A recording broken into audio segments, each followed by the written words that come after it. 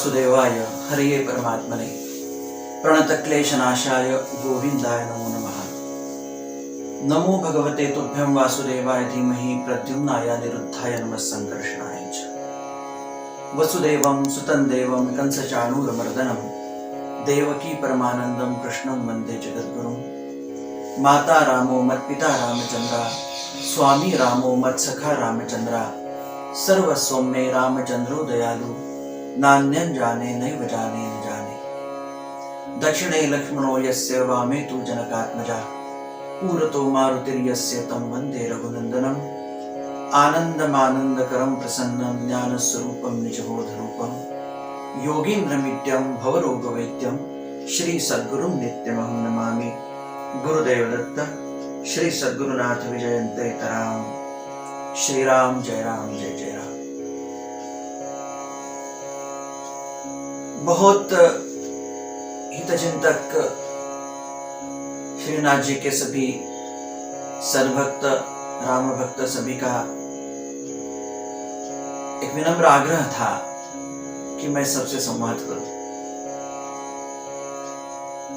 और आज किसी ने एक प्रश्न पूछ लिया। कल भगवान रामचंद्र और सीता मैया के नाम रूप ध्यान धाम आदि का संक्षेप में चिंतन किया तो उन्होंने कहा कि क्या भगवान रामचंद्र जी का, और जो पूछने वाला था वो आधुनिक शिक्षा लेने वाला कोई इंजीनियर है, तो सहज ही पूछता है मुझे कि पर्सनैलिटी डेवलपमेंट, व्यक्तित्व, उसका विकास, उसके लिए भगवान रामचंद्र जी को यदि आदर्श रखना है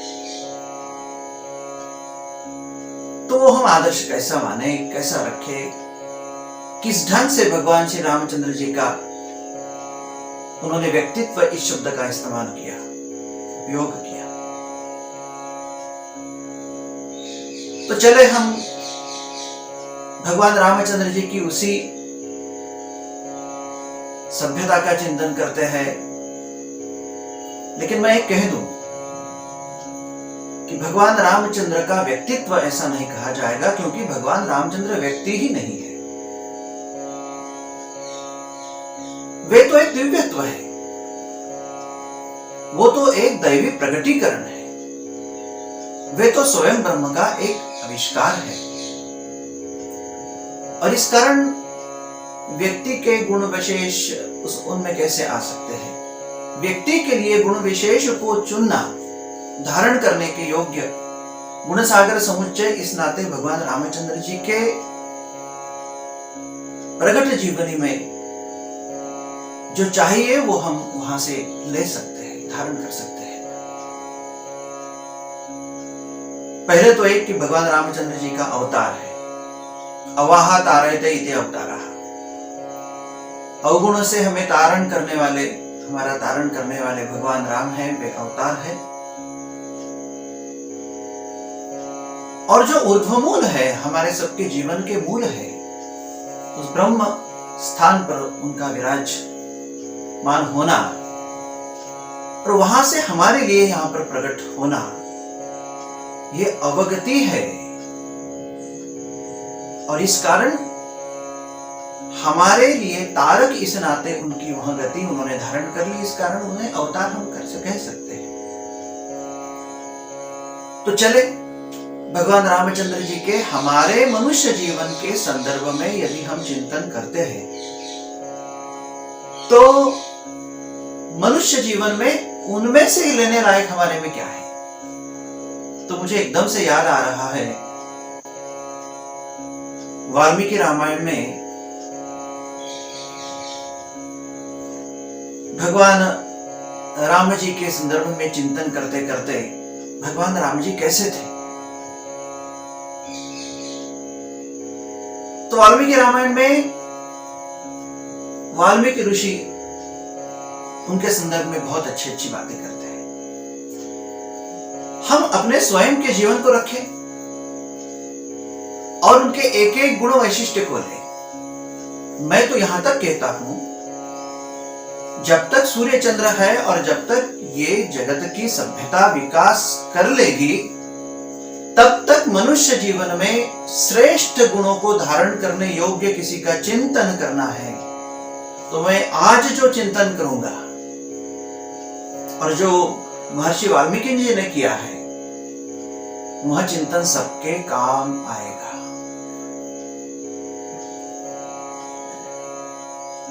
तो भगवान राम जी का ब्रह्मत्व तो धारण हम नहीं करेंगे, करना तो है लेकिन कर नहीं सकते क्योंकि हम सामान्य हैं।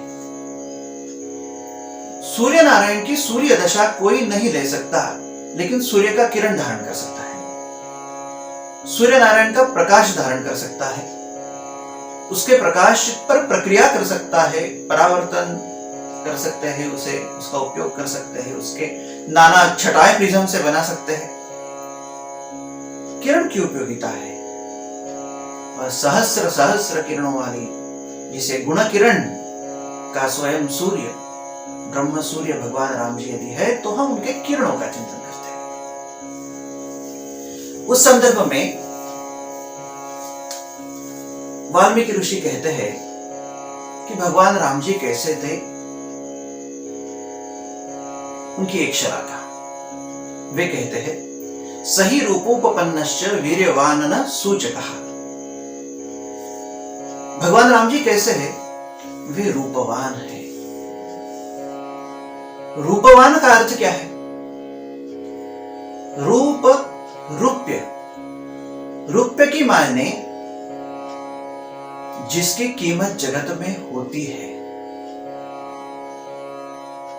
जिसके रूपिता को देखकर उनके संदर्भ में मूल्य निर्धारण होता है कि आपका मूल्य क्या है। इस नाते से यदि हम ले तो भगवान राम जी परम रूपवान थे। सही वे थे कैसे? सही रूपोपन्नश्च वीर्यवान सूचकः, परम वीर्यवान थे। वीर्यवान माने परम पराक्रमी, वीरता उनमें थी, धीरता उनमें थी। किसी को उदाहरण किसी के वीरता का और रूप का देना है तो राम जी का उदाहरण हम दे सकते हैं। आगे उसमें वे कहते हैं, भूमा वनु वम सुनुर गुणैर दर्श रथोपम, कि भगवान राम जी को देखकर उनके पिता दशरथ की याद पूरे जगत को आती है। जो जो उन्हें देखते थे वो तो देखते थे, अरे ये दशरथ जी तो नहीं। अपने पिता की, अपने जिन जो गुरुस्थान पर है उनके गुणों को धारण करके चराचर में विचरण करना, परम श्रेष्ठता उस पुत्र की, परम श्रेष्ठता उस शिष्य की वही मानी जाती है कि जो पिता के और गुरु के गुण धारण करके जगत में घूमे। तो देखो, व्यक्तित्व को धारण करने के लिए भगवान राम जी का रूपवान होना, वे रूपवान थे, वे पराक्रमी थे, परम पुरुषार्थी थे, और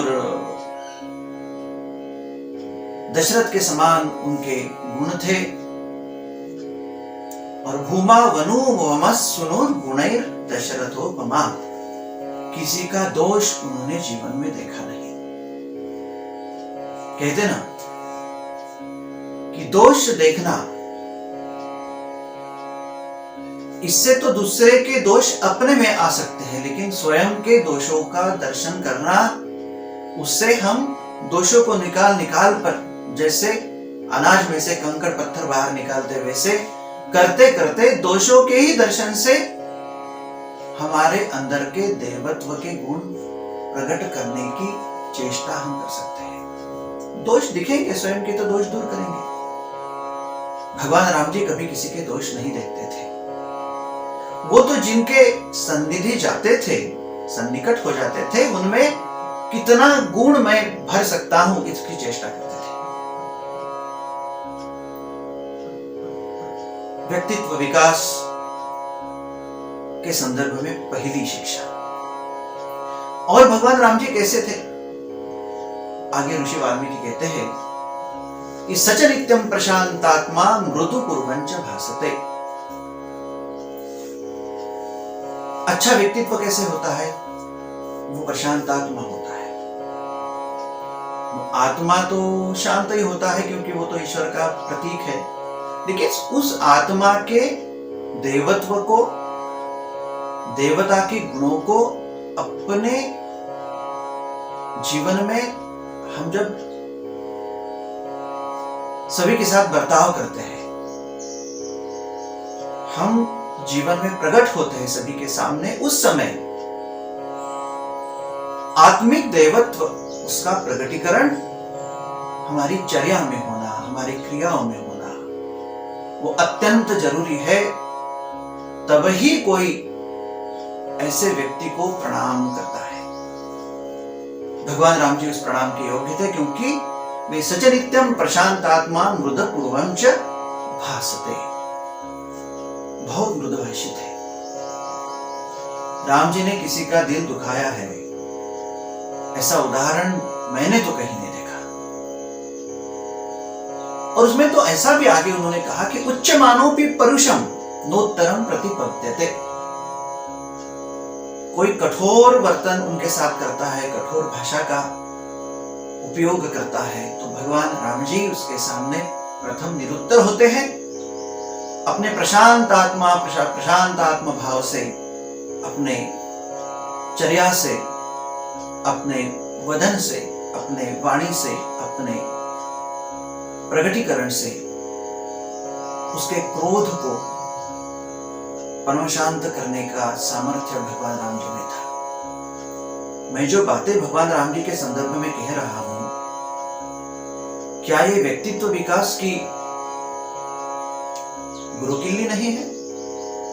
क्या व्यक्तित्व विकास के लिए इन गुणों को धारण करना यह मनुष्य का परम पुरुष इस नाते सर्वोच्च विकास का परिचायक नहीं हो सकता?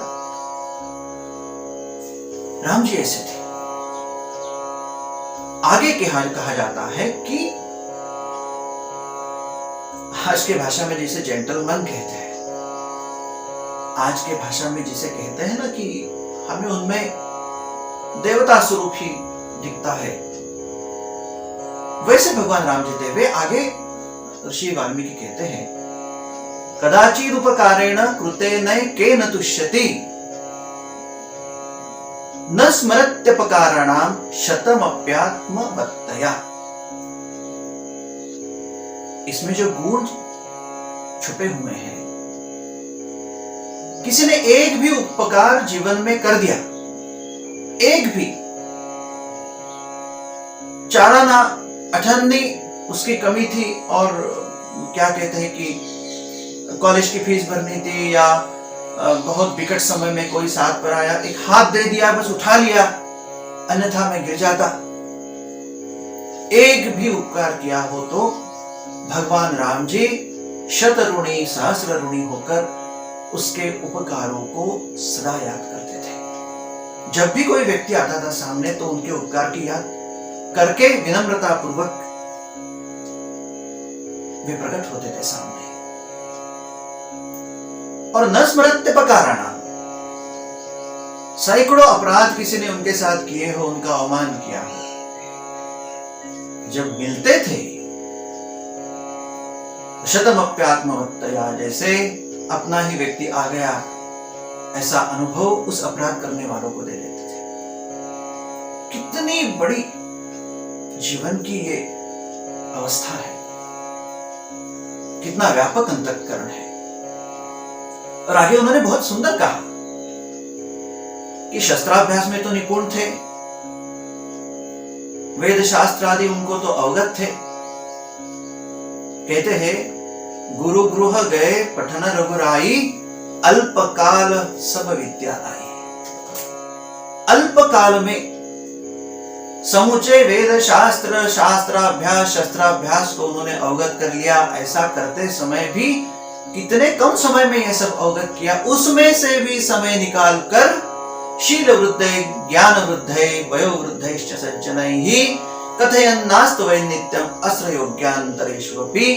वहां से समय निकाल कर जब भी समय मिलता था तब शील से बड़े, चारित्र से बड़े, ज्ञान से बड़े, कुछ भी नहीं, केवल उम्र से बड़े कोई है तो उनके पास जाकर प्रणाम पूर्वक उनके सामने आकर उनसे बातचीत करके उन्हें संतुष्ट करते थे। आज के समय हमें समय नहीं, इस कारण माता पिता के साथ कोई बैठता नहीं, और उसके हम परिणाम आज देख रहे, कुटुंब व्यवस्था का अस्त व्यस्त होना। भगवान राम जी इतना सब करके भी वृद्धों के साथ बैठते थे। भगवान राम जी के व्यक्तित्व का ये वैशिष्ट्य है।